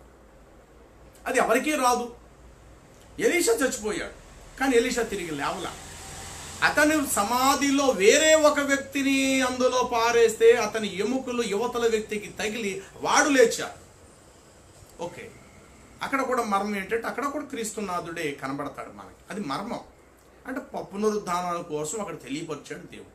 జరగబోయేటువంటి విశ్వ ప్రణాళికలో మనుషులైన వారందరూ కూడా తిరిగి ఇలా లేస్తారని చెప్పటానికి అది సాదృశ్యం. యోహాను సువార్తను మనం చూస్తే 5వ అధ్యాయంలో మృతులు దేవుని కుమారుని శబ్దము విని తిరిగి లేచు గడియ వచ్చుచున్నది అని చెప్పేసేసి చూడండి 25:25 యోహాను సువార్త. మృతులు దేవుని కుమారుని శబ్దము విని గడియ వచ్చున్నది, ఇప్పుడే వచ్చి ఉన్నది, దానిని విను వారందరూ జీవింతురని మీతో నిశ్చయముగా చెప్పుచున్న తండ్రి ఎలాగూ తనంతడు తాను జీవము గలవాడై ఉన్నాడో అలాగునే కుమారుడు తనకు తాను జీవము గలవాడై ఉన్నాడు. ఎంత ఆశ్చర్యం! శబ్దము విని తిరిగి లేచే రోజు వస్తుందని చెప్పటానికి ఆనాడు ఎలీషా యొక్క మృతుడు ఎలీషా ఎముకలకు తగలగా బ్రతికటానికి సాదృశ్యం. అది యేసునాథుని కాలములో ప్రపంచ పునరుద్ధానమందు జరగబోయే మృతులందరూ సజీవులుగా లేపబడే రోజుకి సంబంధించింది. అందుకు యెషయా గ్రంథము 26వ అధ్యాయం 19వ వచనాన్ని మనం చూస్తే అక్కడ ఇలా ఉంటుంది, మృతులైన నీ వారు మరలా బ్రతుకుదురు, నా వారి శవములు సజీవములగును. మృతులైన నీ వారందరూ బ్రతుకుదురు, నా వారి శవములన్నీ భూమి మీద నుండి సజీవులై లేస్తాది. మట్టిలో పడుకున్న వారు మేలుకొని ఎప్పుడు లేస్తారంటే దేవుని కుమారుడు చెప్పాలి, అనగా యేసునాథుడు చెప్తే వీళ్ళందరూ లేస్తారు. అంటే యేసునాథుడు చెప్తేనే వీళ్ళు లేస్తారు అంటే చెప్పేవాడు ఇంకెంత మొనగాడు, ఇంకెంత గొప్పవాడు. ఆయనకి ఇంకెవరు చెప్పాలండి ఆయన లేవటానికి? జీవం అనేదే బ్రతికించేదైతే జీవానికి మరొక జీవం అవసరమా? అసలు జీవములో ఉన్న గుణమే వెలుగు, జీవంలో ఉన్న గుణమే బ్రతికి. ఇప్పుడు వెలుగు అనేది ఉంది, వెలుగు అనే దానిని నడిపించడానికి మరొక వెలుగైన అవసరం అంటే లేదు. అసలు వెలుగు అనే దానిలో ఉన్న గుణమే చూపిస్తారు. వెలుగనే దానిలో ఉన్న గుణమే దారి చూపిస్తారు. వెలుగునకు మరొక వెలుగు అక్కర్లేదు. ఏమంటే నీళ్లు మనం తాగుతున్నాం, దాహం వేస్తుంది. నీళ్ళు ఎప్పుడైనా దాహంగా ఉన్నాయండి? నీళ్లు ఎంతో వేగంగా ప్రవహిస్తున్నాయే, పరుగులాడుతున్నాయే. ఎక్కడో చోట నీళ్లు ఆగిపోయి ఆవేశం తీర్చుకుంటూ అని అనుకుంటూ ఆవేశం తెచ్చుకుంటూ, అబ్బో మేము చాలా దావత్తో ఉన్నాం, ఎక్కడో పైనుండి మేము బయలుదేరి వచ్చాం, ఇక్కడ దాకా వస్తున్నాం, సముద్రం దాకా పరిగెట్టుకుంటూ వచ్చాం, మాకు చాలా దావత్గా ఉంది, మాకు కొంచెం నీళ్లు కావాలని చెప్పి ఎప్పుడైనా నీళ్లను ఆర్జించాయా? వెలుగు ఎప్పుడైనా నాకు దారి చూపించమని మరొక వెలుగును సహాయం కోరిందా? చెప్పాలి. లేదు కదా. అసలు వెలుగనేదే దారి చూపిస్తారు. వెలుగనేదే చీకట్లో ఉన్న వారికి వెలుగునిస్తారు. నీళ్ళు అనేదే దాహం తీరుస్తాయి. కానీ నీళ్ళకు దాహంతో పని లేదు. నీళ్ళకు దాహం వేయదు. మనుషులకు దాహం కాబట్టి నీళ్ళు అవసరం తప్ప అసలు నీళ్ళకే దాహం, ఒకవేళ నీళ్ళకే కనుక దాహం వేస్తే మనం తాగటానికి నీళ్లు ఉంటాయా? ఆలోచించండి. అలాగే జీవము అనేదే బ్రతికించేదైనప్పుడు బ్రతికించగలిగే జీవానికి మరొక జీవం అవసరం ఉంటుందా అంటే అక్కర్లేదు. మృతులైన నీ వారు బ్రతుకుదురు. ఎవరు బ్రతికిస్తారు అంటే ఇక్కడ యోహాను సువార్తలో చెప్పాడు, మృతులు దేవుని కుమారుని శబ్దము విని విను గడియ వచ్చుచు ఉన్నది. ఆయన శబ్దం విన్న వారందరూ సజీవులై తిరిగి లేస్తారు. ఎంత ఆశ్చర్యం. కాబట్టి అందరూ చనిపోయారు ఈ ప్రపంచంలో. కానీ చనిపోయినటువంటి వారిలో ఎవరు ప్రమేయం లేకుండా లాజరు చచ్చిపోయాడు, యేసునాథుడు బ్రతికించాడు. యాయీరు కుమార్తె చనిపోయింది, యేసునాథుడు బ్రతికించాడు. నాయీను వెధవరాలు కుమారుడు చనిపోయాడు, యేసునాథుడు బ్రతికించాడు. ఎలీషా సునేమిరాలు యొక్క కుమారుడిని ఎలీషా బ్రతికించాడు. ఎలాగ? ప్రార్థన చేసి దేవుణ్ణి మొరపెట్టుకున్నాడు, దేవా ఈమె చాలా యోగ్యురాలు, ఈమె బిడ్డ చనిపోయాడు, దయచేసి ఈ బిడ్డకు ప్రాణం మరలా ప్రసాదించు ప్రభువా అని ఎలీషా కూడా దేవునికే ప్రార్థించాడు. అలాగే ఏలియా కూడా దేవుడికే ప్రార్థించాడు.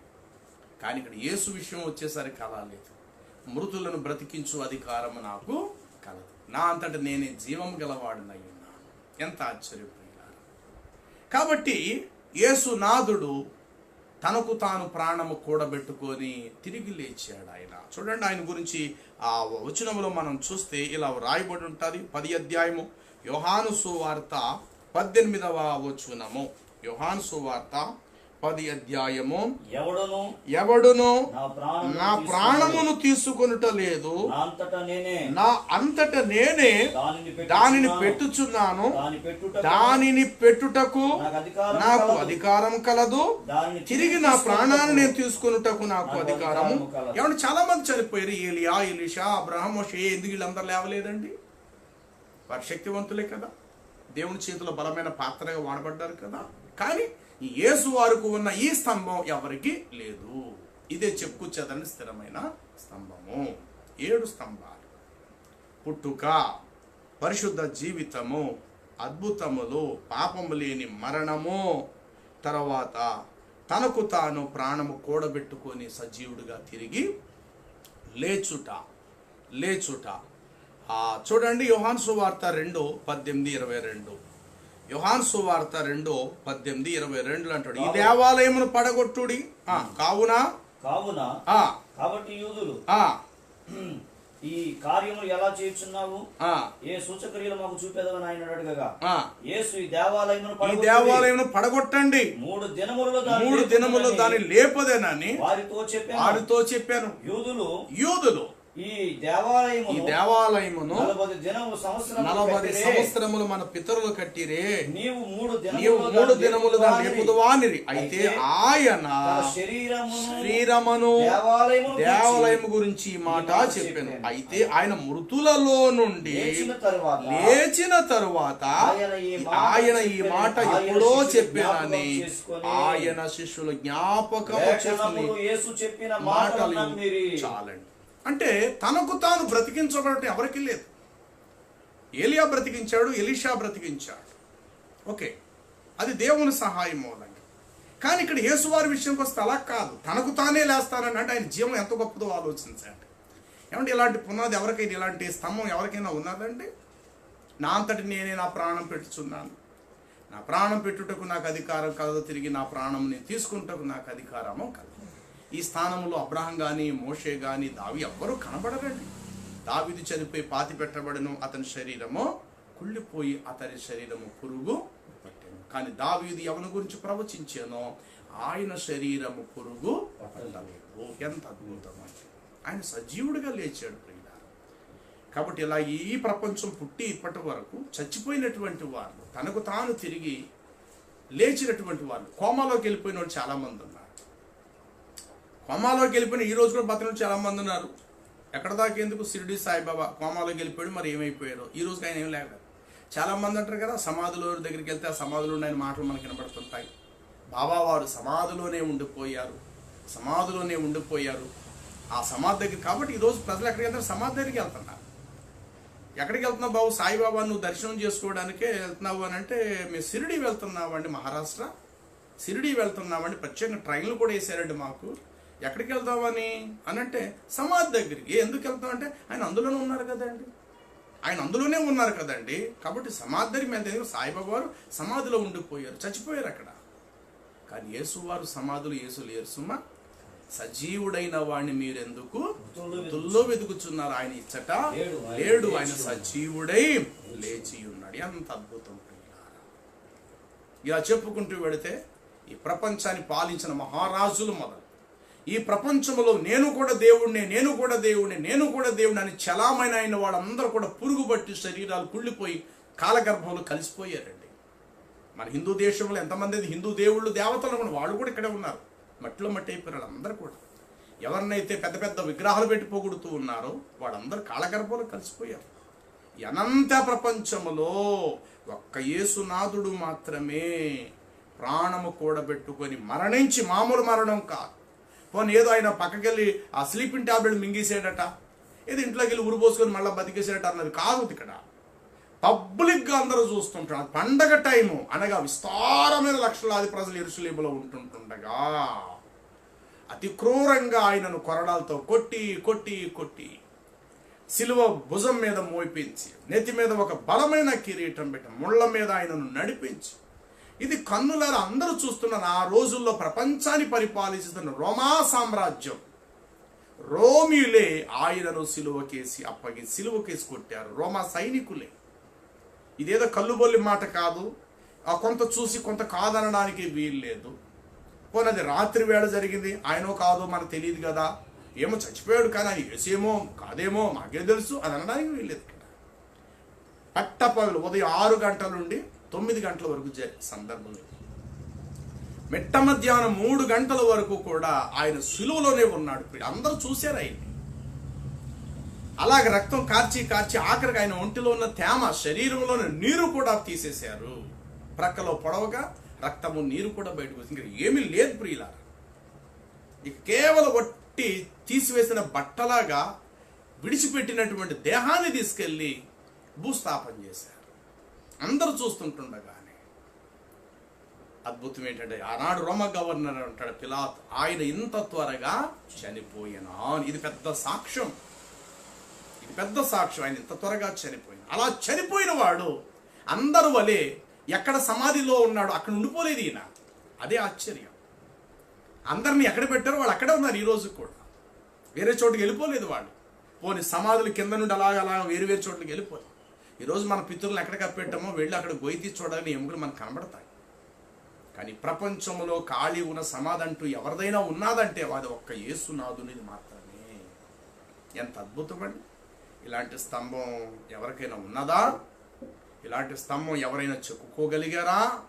ఇంత స్థిరమైనటువంటి స్తంభం ఎవరి మీదైనా కట్టుకోగలిగినారా? ఎవరికి లేదే. కాబట్టి అలాంటి స్తంభం ఒక్క యేసునాథునికి మాత్రమే ఉంది. కాబట్టి అది స్థిరమైనటువంటి స్తంభం. తర్వాత 6వది వచ్చేసరికి ఆరోహణము. పునరుద్ధానం అంటే మరణము నుండి లేచుట, సమాధి నుండి బయటకు వచ్చేదాన్ని పునరుద్ధానం అంటారు.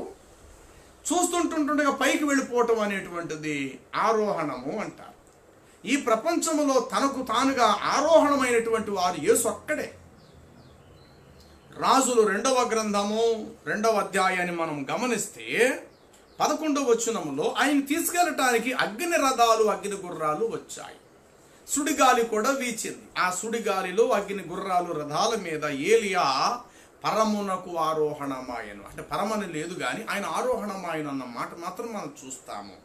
చదువుదాము. 2వ అధ్యాయం 2వ రాజుల గ్రంథం 11వ వచనము. వారు ఇంకను వెళ్ళుచుంటుండగా ఇదిగో అగ్ని రథములు అగ్ని గుర్రములను కనబడి ఇద్దరిని వేరు చేశాను. అప్పుడు ఏలియా సుడిగాలి చేత ఆకాశమునకు ఆకాశం వరకే, పరలోకానికి కాదు. అయినా సరే తీసుకెళ్ళడానికి ఏమొచ్చేయటండి? వస్తువులు కనబడతాయి ఇక్కడ. అగ్ని గుర్రాలు, అగ్ని రథాలు. 3వది ఏంటంటే సుడిగాలి.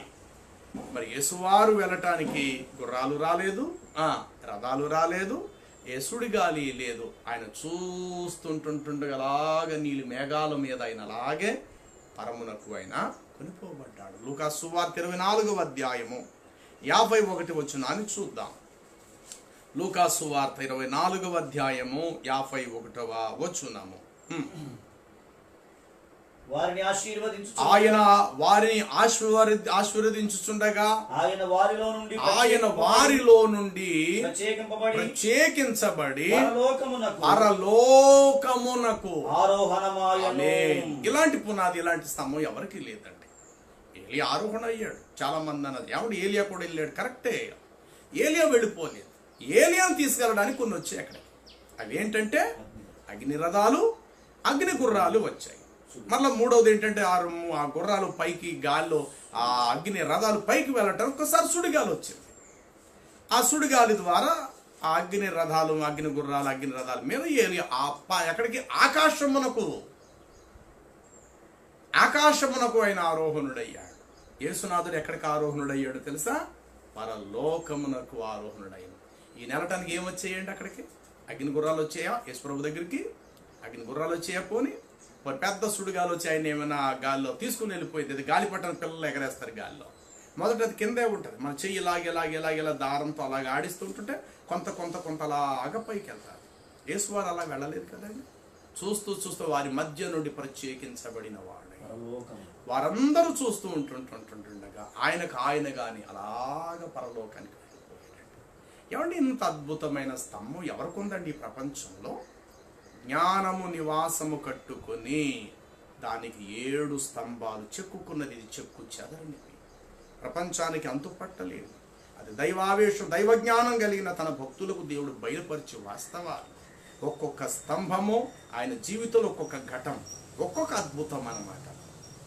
ఆయన పుట్టుకే ఒక అద్భుతం, ఆయన పరిశుద్ధ జీవితమే ఒక అద్భుతము. ఆయన జీవితంలో చేసిన అద్భుతాలు ప్రపంచంలో ఎవరూ చేయలేనటువంటి అద్భుతాలు. అందరూ పాపం చేత చచ్చిన వారు, ఏ పాపము లేకుండా మరణించిన వారు. తర్వాత అందరూ కూడా సమాధిలో ఉంచబడితే ఆయన ఒక్కడు మాత్రమే మరణాన్ని గెలించి తనకు తానుగా సజీవుడిగా బయటకు వచ్చినవాడు. అలాగునే ఆరోహణుడై పరలోకానికి ఆయన వెళ్ళిపోయాడు. ఆయన వెళ్ళటానికి, ఆయన మోసుకొని తీసుకెళ్ళటానికి గుర్రాలు రాలేదు, అగ్ని రథాలు కూడా, సుడిగాలు రాలేదు. కానీ శిష్యులందరూ అక్కడే ఉన్నారు, వారి మధ్యలోనే ఉన్నాడు ఆయన. వాళ్ళని ఆశీర్వదించుకొని నేను వెళుతున్నా అని చెప్పి అలాగే వెళ్ళిపోయాడండి. ఎంత అద్భుతం! ఇలాంటి కార్యము ఎవరి జీవితాల్లోనూ ఇక జరగదు, ఎప్పుడు జరగలేదు కూడా. ఇది మాత్రమే యేసుక్రీస్తు వారిలో జరిగిన అద్భుతం. ఇక్కడికి 6 స్తంభాలు చెక్కుకున్నది ఆ జ్ఞానం. ఆ జ్ఞానమే యేసుక్రీస్తు ప్రభువు. ఇక 7వది వచ్చేసరికి ఏమిటంటే ఆయన తిరిగి వచ్చే 2వ రాకడ, జడ్జిమెంట్, తీర్పు. ఇది కూడా ఆయన చేయవలసిన పని. మళ్ళీ వచ్చేది యేసే రావాలి. ఎవరు? ప్రపంచం ముస్లింలు నమ్ముతారు హజరత్ ఈసా అలైహిస్సలాం ఖయామత్ మే ఉన్న ఆయగా, ఖయామత్ మే ఉన్న ఆయగా. 2వ రాకడలో మరలా 2వసారి ఈసా అలైహిస్సలాం యేసుక్రీస్తు వారు వస్తారు. ఖయామత్ మే ఆయగా, ఆయన ఆఖరి దినాన ఆయన వస్తారు అని ప్రపంచ ముస్లిములు, ఖురాన్ షరీఫ్ కూడా విశ్వసిస్తుంది. ఆయన తిరిగి రాబోతున్నాడు వచ్చి. చూడండి, ఆయన వచ్చినట్లుగా ఇంకెవరూ రారు. ఆయన వచ్చినట్లు ఎవరూ రారు. చూద్దాము. ప్రకటన గ్రంథము 1వ అధ్యాయం 7వ వచనం. ప్రకటన గ్రంథం 1వ అధ్యాయము 7వ వచనాన్ని చూస్తే ఇలా వ్రాయబడి ఉంటుంది. ఇదిగో ఆయన మేఘారుడై వచ్చుచున్నాడు, ప్రతి నేత్రము చివరికి ఆయనను చూచును, ఆయనను పొడిచిన వారు కూడా చూచెదరు, భూజనులందరూ ఆయనను చూచి ఒకానొక రోజు రొమ్ము కొట్టుకొందురు. ఇదిగో మేఘారు వెళ్ళిన వాడు అక్కడ ఉండిపోవచ్చు కదా, ఆయన ఎందుకు రావాలండి మళ్ళా? ఏం పని అండి ఆయనకి? అందరూ వెళ్ళిపోయారు, లేదా చచ్చిపోయి ఎక్కడెక్కడో ఉండవలసిన చోటుకి వెళ్ళిపోయారు. వెళ్ళిపోయిన వాళ్ళు వెళ్ళిపోయారు తప్ప మళ్ళీ ఎవడు తిరిగి రాలా, ఎవరు రాలేదు ఈ రోజు వరకు. భూమి ఆకాశం పుట్టి ఆదాం మళ్ళా వచ్చాడు, అబ్రహం మళ్ళా వచ్చేసాడు, భూమి మీద కనడానికి వీల్లేదు. ధనవంతుడు అంటాడు కదా, ఒకసారి నన్ను భూలోకం పంపించి మహాప్రభు అన్నాడు, కుదరదనిసాడు. ఆడు చచ్చిపోవడమే తెలుసు, సమాధిలో పెట్టడం తెలుసు, వాడు ఆత్మ వేదన స్థలానికి వెళ్ళిపోవడం తెలుసు, అంతవరకే. ఒక్కసారి మళ్ళీ భూమి మీదకి రిటర్న్ ప్రయాణం తిరిగి చేసుకొని రావడం అనేది జరగలేదు. కానీ అనంత ప్రపంచంలో అతి త్వరగా రాబోచున్నాడు ప్రభు అయిన యేసుక్రీస్తు వారు. మేఘారుడై ఎందుకంటే ఆయన మేఘారుడై వెళ్ళాడు కాబట్టి మరలా మేఘవాహనుడుగా, మేఘమును వాహనముగా చేసుకునే మేఘారుడుగా ఆయన త్వరగా రాబోతున్నాడు అండి. ఏ భూమి మీద చాలా మంది దేవుళ్ళు దేవతలు అనబడిన ఎంతో మంది ఉన్నారు కదా, వీళ్ళు ఏ ఒక్కడం రావచ్చు కదండి. మరలా భూమి మీద ఉన్న ప్రజలను దర్శించటానికో లేక ప్రజలను మోక్షానికి తీసుకెళ్ళిపోవటానికో రావచ్చు కదా. ఆయన బ్రతుకుండగా చెప్పాడు, ఇదిగో నేను వెళ్ళుచున్నాను, నేనే మార్గము సత్యము జీవము, ఇదిగో నేను వెళ్ళుచు, నేను మీ కొరకు స్థలమును సిద్ధపరుస్తాను, సిద్ధపరిచి మరలా నేనుండు స్థలములలో మీరును ఉండునట్లు మరలా మీ యొద్దకు వచ్చి నా యొద్ద ఉండుటకు నేను మిమ్మలను తీసుకొని పో. ఎంత అద్భుతమైన దేవుడు అండి ఈయన. తాను ఎక్కడున్నాడు మనల్ని అక్కడ ఉంచడానికి ఇష్టపడుతున్నాడు యేసు ప్రభువు. ఆయన ఎక్కడో ఉండి మనల్ని ఎక్కడో ఉండమని చెప్పట్లేదు ఆయన. చివరికి ఆయన మనం ఆయన ఒకటైపోవాలనేది ఆయన ఆకాంక్ష, అభిలాష, కోరిక. ఎంత అద్భుతం. చరిత్రలో ఏ దేవుడైనా సచ్చినోడు మరలా బ్రతికి, ఇదిగో నేను వెళుతున్నాను, మరలా వస్తాను, మిమ్మల్ని అందరిని ఆయన విశ్వాసం ఉంచు వారిని నేనున్న మోక్షములోనే నేను మిమ్మల్ని తీసుకొని వెళ్తానన్న వాళ్ళు ఎవరైనా ఉన్నారండి? ఎవరైనా ఉన్నారండి? ఎవరూ లేరు. అసలు ఒక విషయం, భారతదేశంలో ఇంతమంది దేవుళ్ళు దేవతలు ఉన్నారండి, వీళ్ళందరూ అడ్రస్ ఎక్కడండి ఈరోజు? వీళ్ళందరూ కేర్ ఆఫ్ అడ్రస్ ఎక్కడండి? వీళ్ళు ఎక్కడున్నారండి? ఉదాహరణకు బ్రహ్మలోకంలో బ్రహ్మ పక్కన ఎవరున్నారండి? సరస్వతి తప్ప.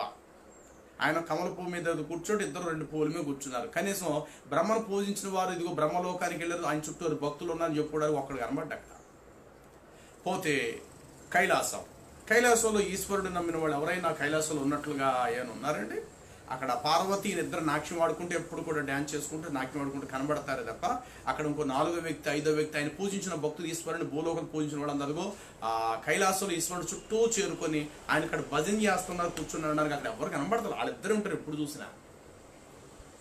ఏమంటే ఇప్పుడు 3వది వచ్చేసరికి ఇక వైకుంఠంలో, కైలాసంలో అయితే వైకుంఠంలో మహావిష్ణు ఆయన శుభ్రంగా పడుకుంటారు, అమ్మగారు కాళ్ళు ఎప్పుడు నొక్కుతూనే ఉంటారు. ఇంకా 3వ వ్యక్తి అక్కడ కనబడరు. అక్కడ మరి విష్ణువుని పూజించిన వాడు ఎక్కడికి వెళ్ళిపోవాలి? చివరికి బ్రహ్మను పూజించిన వాడు చచ్చిపోయిన తర్వాత ఎక్కడ వాడు ఉండవలసిన ప్లేసు?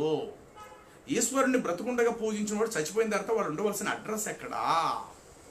ఇక రాముడు విషయానికి వస్తే కనుక ఆయన అయోధ్యలో పుట్టాడు, భద్రాచలంలో ఆయనకి పెళ్ళి అవుతారు కాబట్టి ప్రతి సంవత్సరం పెళ్లి చేయడానికి భద్రాచలం వెళ్తుంటారు. మరి రాముడు ఉండేది ఎక్కడ? ఆయన ఎక్కడ చివరి గడి ఎక్కడ ముగించారు? ఆయన ఉండే ప్లేస్ ఎక్కడ? ఆయన పూజించిన రామ భక్తులు అందరూ మరణించిన తర్వాత ఎక్కడికి వెళ్ళిపోవాలి? ఆయన ఉన్న ప్లేసెస్ ఏది? ఎక్కడున్నారు ఆయన? అడ్రస్ లేదే, ఎక్కడికైనా వెళ్తాం మనం. అలాగే బద్రీనాథ్, అమర్నాథ్, అది ఈశ్వరుడు జన్మించిన స్థలము, శ్రీ విష్ణుమూర్తి వారు జన్మించిన స్థలం అని చెప్పి 2 ప్లేసులు పెడతారు. ప్రతి సంవత్సరం ఏటేటా అమర్నాథ్, బద్రీనాథ్ యాత్ర చేయడానికి ఆ ప్రదేశాలకు వెళ్తుంటారు. వరదలు వచ్చి కొంతమంది చనిపోవడం అనేది జరుగుతుంటుంటారు. ఈ సంవత్సరం అయితే అసలు వెళ్ళడానికి అవకాశాలు లేవని కూడా ఈ కరోనా పేరు చెప్పి వెళ్ళడానికి అవకాశం, అంటే ప్రతి సంవత్సరం వెళ్తాం. ఎందుకంటే ఆయన అక్కడ పుట్టాడు, ఆయన జన్మించాడు, అక్కడికే వెళ్ళాలి, ఆయన అక్కడే ఉంటాడు మన కొరకు అని చెప్పి. ఇక షిరిడి సాయిబాబా ఎక్కడ ఉన్నాడు? ఆయన చచ్చిపోయిన సమాధులు అంటే ఆయన దగ్గరికి వెళ్ళిపోవాలని చెప్పి అందరూ సమాధి దగ్గరికి వెళ్తున్నారు.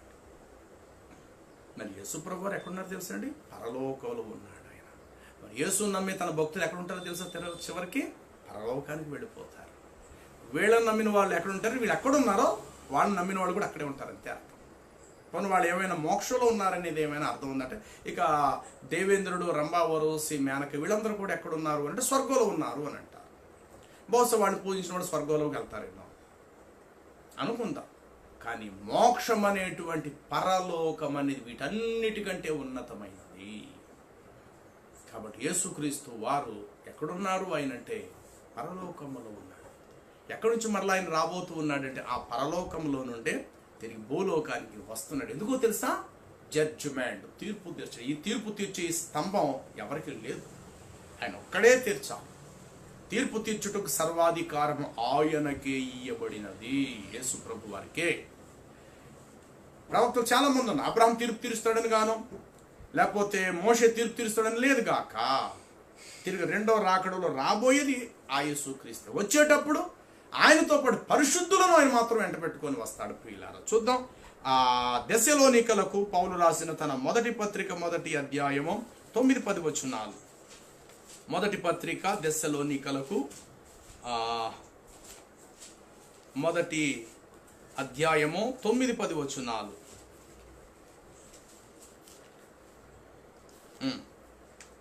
9-10 వచనాలు ఇలా రాయబడింది. మీ యొద్దకు మాకెట్టి ప్రవేశము కలదో అక్కడ జనులు మమ్మల్ని గురించి తెలియజేయుచున్నారు. మరియు చూడండి కింద వచనంలో చూస్తే అక్కడ అంటాడు, యేసు పరలోకము నుండి వచ్చునని ఎదురు చూచు దేవుడు మృతులలో నుండి లేపిన యేసు అనగా రాబోవు ఉగ్రత నుండి మనలను తప్పించుచున్న ఆయన కుమారుడిని యేసు పరలోకం నుండి వచ్చునని ఎదురు చూచుటకును ఎలాగూ దేవుని వైపు తిరిగితురు ఆ సంగతి వారే తెలియజేయుచున్నారు. ఎంత అద్భుతము! అంటే దేనికి వస్తున్నారండి ఈయన? దేనికి వస్తాడండి రెండోసారి అంటే ఉగ్రత నుండి తప్పించటానికి. ప్రియులారా, ఎవరున్నారండి ఇలాగా? జడ్జిమెంట్ చివరి టైంలో మానవుడికి వచ్చే ఆ తీర్పు నుండి తప్పించి నిత్య నాశనం, నిత్య నరకం నుండి తప్పించేవాడు యేసు ప్రభువు వారు. ఇలాంటి పునాది లేకపోతే ఇలాంటి స్తంభం ఎవరికైనా ఉందా? మోషే ఉగ్రత నుండి తప్పిస్తాడని కానీ, అబ్రహాము ఉగ్రత నుండి తప్పిస్తాడని కానీ ఏ భక్తుడు ఏ ప్రవక్త కూడా చేయలేని పని. ఇలాంటి స్తంభంకి ఎవరికి లేదండి. జ్ఞానము నివాసము కట్టుకొని దానికి 7 స్తంభాలు. 4వ అధ్యాయం అందులోని 16 వచనాలు మనం చూస్తే అక్కడ ఇలా రాయబడి ఉంటుంది. ఆర్భాటముతోను ప్రధాన దూత శబ్దముతోను దేవుని బూరతోను పరలోకము నుండి ప్రభు దిగివచ్చును. క్రీస్తునందుండి మృతులైన వారు మొదట లేచెదరు. ఎంత అద్భుతము! ఆర్భాటముతోను ప్రధాన దూత శబ్దముతోని ఎక్కడి నుండి వస్తాడటండి ఈయన? ఎందుకని? ఆయన ఎక్కడికి ఆరోహణుడయ్యాడు? పరలోకమునకు ఆరోహణుడు. ఆయన ఉండే అడ్రస్ అది కాబట్టి మళ్ళీ ఇప్పుడు రాబోయేది ఎక్కడి నుంచి రావాలట? అయినా ఆ పరలోకము నుండే. ఏమంటే పరలోకం నుండి ఈ రోజు దిగొచ్చుండి అవ్వడు లేడు పిల్లలు. అసలు పరలోకానికి వెళ్ళినోడు ఎవడు లేడు పరలోకం నుండి దిగి రావడానికి. ఒక్క యేసునాథుడే. దీనిని దేవుడు తన పరిశుద్ధాత్మ ద్వారా ఈ సామెతలు 9వ అధ్యాయంలో మనం చూస్తున్నాం. జ్ఞానము నివాసము కట్టుకొని దానికి 7 స్తంభములు చెక్కుకున్నది. ఈ 7 స్తంభాల్లో ఒక్క స్తంభమైన ఆనవాలు ఏ వ్యక్తికి, ఏ ప్రవక్తలకు కూడా లేదు. ఆ జ్ఞానం ఎవరో కాదు, ఆ జ్ఞానము యేసుక్రీస్తు ప్రభువారే.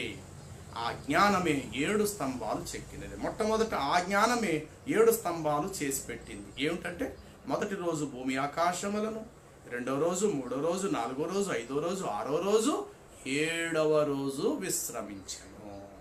అది కూడా చేసింది ఆ జ్ఞానమే.